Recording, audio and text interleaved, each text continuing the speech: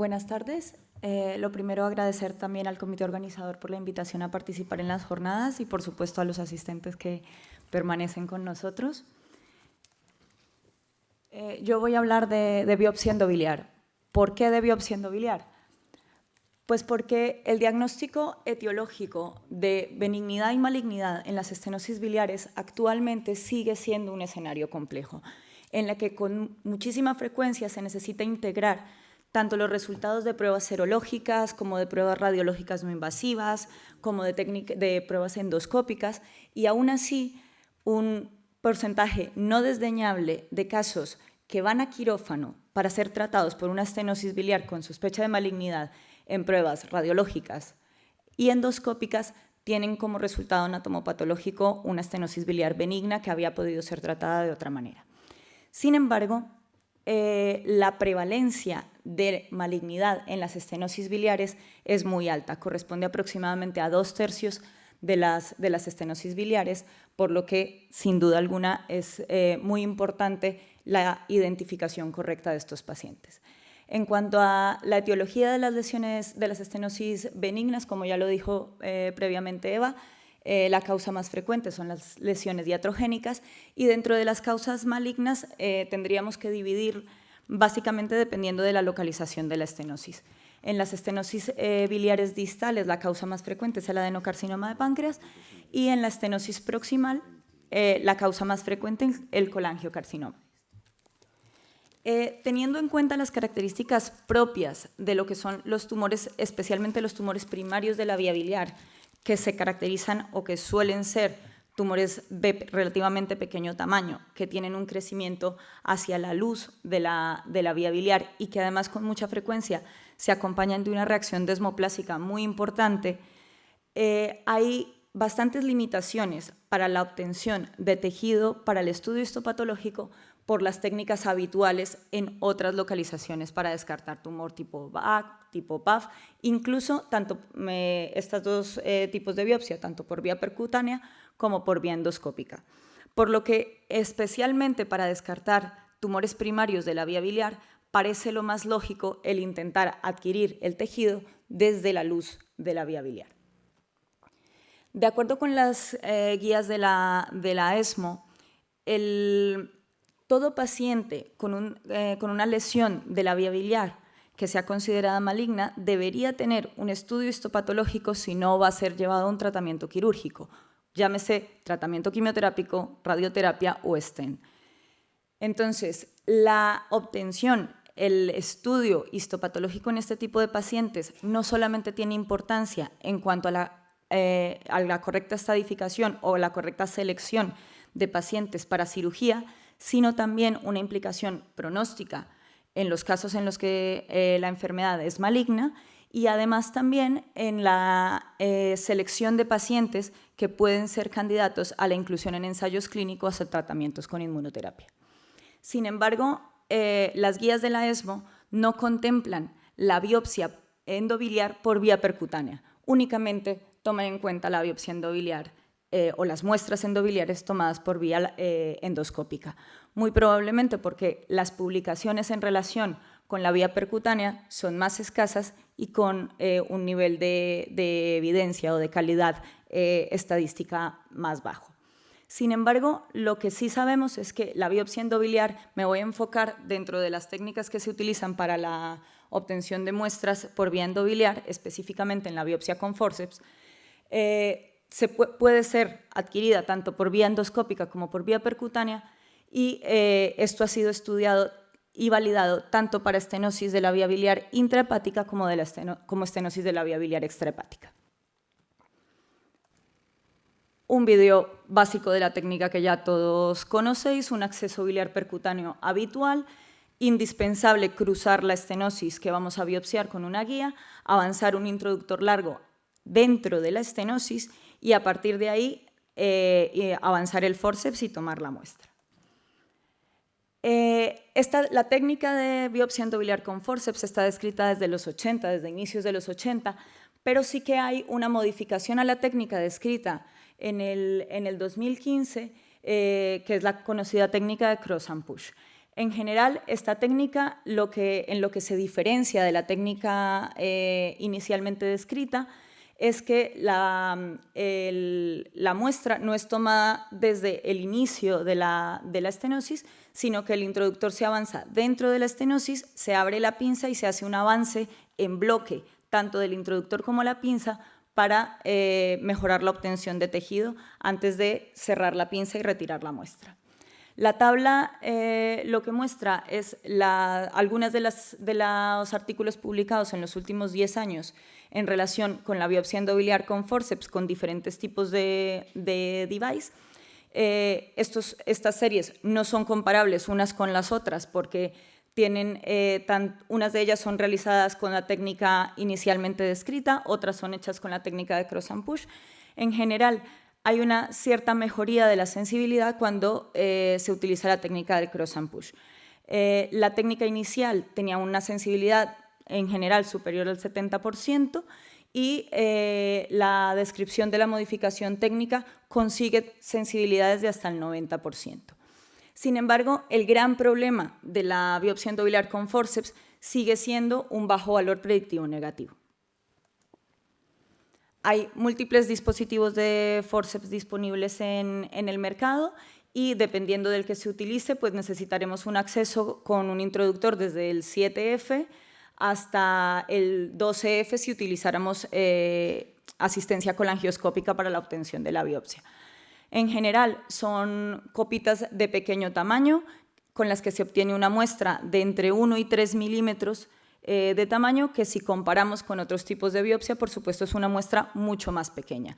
Eso hace también que sea una biopsia más susceptible a que el resultado que obtenemos del anatomopatólogo es no hay suficiente material para hacer un diagnóstico histopatológico, o con bastante frecuencia que en el resultado de la biopsia nos digan abundante presencia de artefactos que impide la valoración, el correcto diagnóstico histopatológico.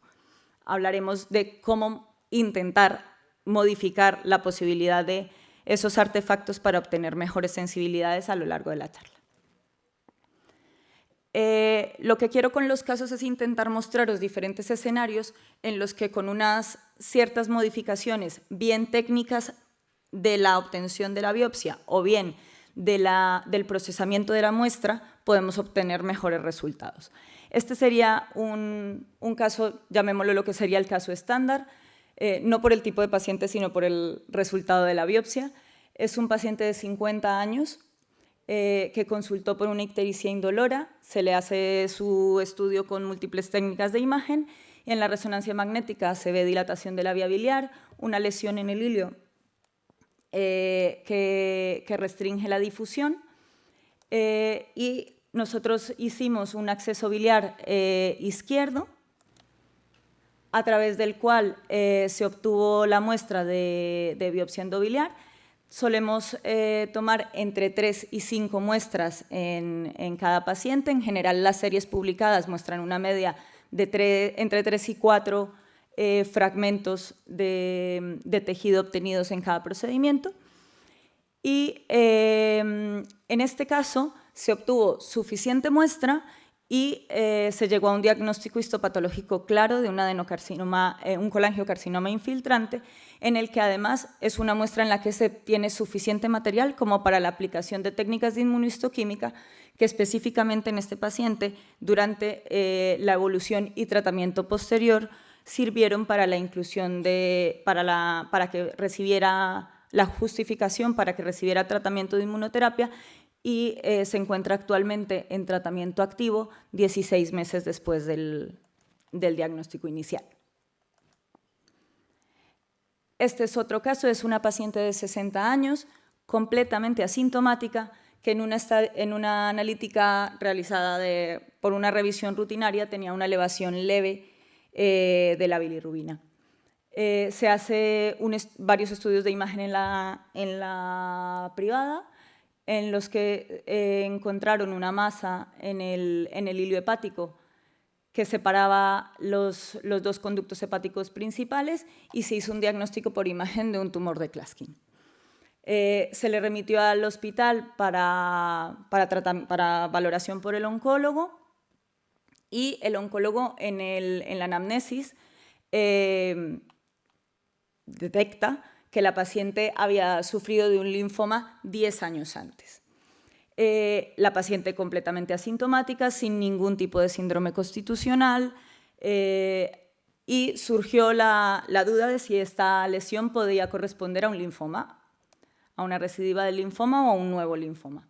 Hicimos un acceso biliar, en este caso también izquierdo, para obtener la biopsia. No sé si se ve muy bien en la colangiografía, pero a nosotros nos llamó la atención que una lesión tan grande y tan extensa, con tanta expresión en las técnicas de imagen, en la resonancia y en un TAC que también tenía, realmente lo que veíamos en la colangiografía era no estenosis más que amputación de cualquier conducto o cualquier segmento.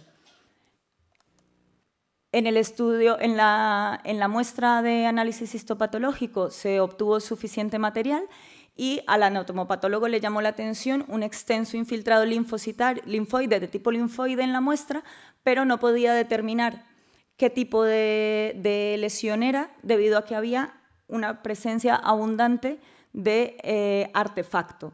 Este tipo de artefacto específicamente es un artefacto que produce deformidad de las células y deformidad de los núcleos y que puede simular el mismo tipo de lesión nuclear que se presenta en tumores de tipo linfoma y también en ciertos tumores de célula pequeña.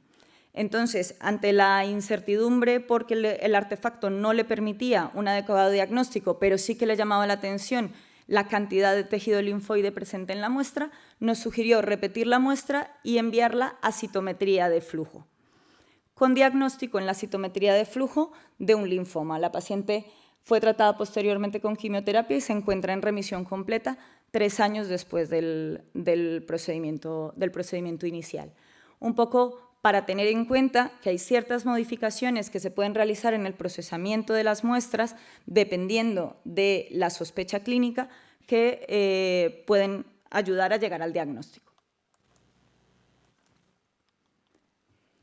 Este es otro caso, un paciente también joven, 61 años, que tenía un antecedente de una sarcoidosis de muy difícil manejo y que había sido llevado a una hepatectomía izquierda por un colangiocarcinoma intrahepático de muy pequeño tamaño, que resultó ser un colangiocarcinoma T1A, N0, M0, y que en la pieza de hepatectomía se encontró afectación sarcoidea del hígado.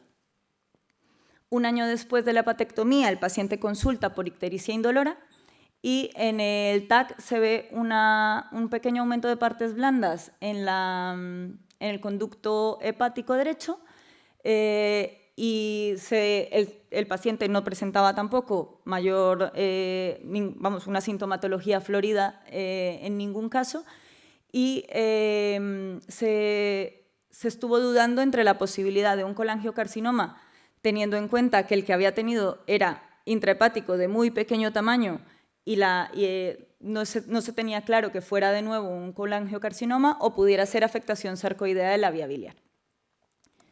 Ante la sospecha, hicimos en 2 ocasiones biopsia con guía únicamente colangiográfica y en las 2 biopsias sí que se obtenía suficiente material para estudio, pero en las 2 biopsias el resultado era de fibrosis y artefacto, marcado artefacto. En este caso, el artefacto, en el ejemplo previo que os mostré de la deformación celular y la deformación nuclear, es un artefacto que nosotros no podemos evitar. Es un artefacto debido al tipo de corte que presenta la pinza de biopsia endobiliar y que aplasta las células y no es algo que podemos modificar bajo ningún concepto.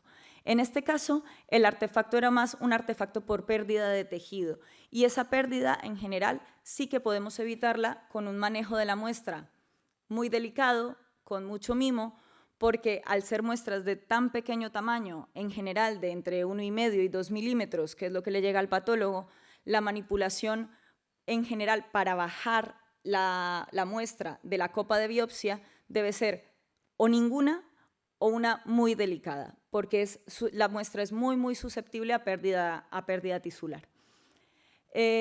Insistimos en la intención de hacer un diagnóstico histopatológico por los antecedentes del paciente, y en este caso hicimos una colangioscopia por el acceso percutáneo que ya teníamos previamente. Con los hallazgos colangioscópicos hicimos la biopsia dirigida a la zona que por colangioscopia, que veremos a continuación, nos parecía la zona más sospechosa, y finalmente se llegó al diagnóstico histopatológico de un colangiocarcinoma. El paciente actualmente en tratamiento con cisplatino y gencitabina. En cuanto a la modificación o a la ayuda colangioscópica para la obtención de muestras en la vía biliar, pues es una herramienta más que puede ser utilizada en casos seleccionados. En caso de realizar una biopsia endobiliar con asistencia colangioscópica, los signos en la colangioscopia que con mayor frecuencia se asocian a lesiones malignas es la presencia de vasos dilatados y tortuosos, las lesiones papilares irregulares y las úlceras profundas. Aquí tendríamos una foto de lo que es una colangioscopia. Todas las fotos son hechas por vía percutánea, colangioscopia percutánea. Una vía biliar normal, más bien de color como rosa y muy liso. Lo que serían hallazgos de una fibrosis. Esto es una recidiva de un colangiocarcinoma con integración y epitelización de un stem previo. Nuestro caso anterior de fibrosis y una recidiva del colangiocarcinoma, y en este último caso era un colangiocarcinoma que además también tenía una litiasis. En cuanto a las técnicas de procesamiento de la muestra histopatológica, pueden realizarse varios tipos de procesamiento. Se puede hacer un estudio histológico convencional, procesar la muestra como un bloque tisular, y en casos menos frecuentes incluso llegar a procesar la muestra obtenida por forceps como parasitología. ¿Cuándo hacer cada una de estas? Hay que tener una buena comunicación con el anatomopatólogo. Al final depende muchísimo de la experiencia del centro. Si hay un centro experto en citología, van a poder sacarle mucha rentabilidad a citologías que en un grupo donde no hay amplia experiencia en citología, aunque en general se obtenga menos información que con una biopsia. Pero lo que sí es verdad es que incluso la obtención del fragmento tisular por forceps puede ser susceptible de manejo o de extensión como una citología en algunos casos. No siempre, porque si la reacción fibrótica y desmoplásica es demasiado importante, la extensión en citología no es posible. Otra de las cosas frustrantes es cuando tú has hecho la biopsia endobiliar, has sacado 4, 5 o 6 fragmentos, pero el resultado del anatomopatólogo es que tenía una muestra insuficiente. Y esto es una muestra insuficiente, después de haber sacado, en nuestra opinión, un montón de fragmentos. Estos son 3 muestras diferentes, las 2 primeras con un diagnóstico final de colangiocarcinoma y la última de fibrosis, con el mismo aumento que esta otra muestra. Al final tenemos que trabajar en equipo, tenemos que tener en cuenta que todos tenemos ciertas limitaciones y que también todos tenemos cierto campo de mejora. Para intentar evitar obtener muestras insuficientes, varias cosas. Lo primero, los tumores, que la mejor oportunidad que tenemos para tener precisión y rentabilidad de la biopsia endobiliar es en los tumores primarios de la vía biliar. Los tumores secundarios, las metástasis y la compresión extrínseca, vamos a tener una biopsia mucho menos rentable por el patrón de crecimiento del tumor. El tumor primario de la vía biliar es un tumor que crece en la mucosa, y la biopsia endobiliar con forceps es una biopsia de la mucosa, que en el mejor de los casos adquirirá una profundidad hasta la muscular de la mucosa, pero no más allá. Con lo cual, un tumor que causa alteración o estenosis de la vía biliar desde la parte extrínseca y va invadiendo la pared de fuera hacia adentro, tiene mucha menos probabilidad de que obtengamos una muestra óptima desde la luz de la vía biliar. Por otra parte, también para evitar muestras insuficientes, posponer las biopsias endobiliares en todo paciente que tenga hemobilia y en pacientes con colangitis activa. Esto es una revisión muy rápida de las últimas 25 biopsias de nuestro centro. El 64% han sido lesiones proximales, en las cuales tienes mayor oportunidad de tener una muestra suficiente, óptima y un diagnóstico correcto, dado que al final, si entre más cerca esté la lesión que biopsias del acceso que haces, va a ser más probable que obtengas una muestra en condiciones. El 64% fueron lesiones proximales y 2 de 25 biopsias fueron insatisfactorias para el diagnóstico. Mantenemos el 40% de las biopsias tuvieron un resultado de malignidad desde el inicio y mantenemos el mismo problema que existe para todos en la literatura, un bajo valor predictivo negativo, ya que de los resultados de benignidad, un 50% en la evolución correspondieron a lesiones malignas. Para concluir, ¿qué viene o qué podemos esperar en el futuro? Pues la evolución de este tipo de técnicas, el ultrasonido intraductal, por ejemplo, que utiliza sondas de muy pequeño tamaño, son sondas de alta frecuencia para realizar la biopsia endoluminal guiada por ultrasonido, el endomicroscopio de alta resolución y la cromocolangioscopia, que lo que hacen es aprovechar las propiedades tanto de penetración como de reflexión de la luz para hacer una evaluación endohistológica en tiempo real.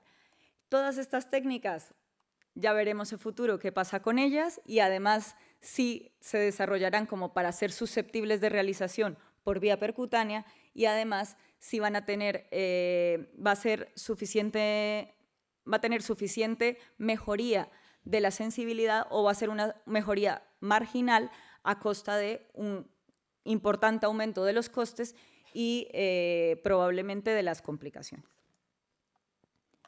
Muchas gracias a todos.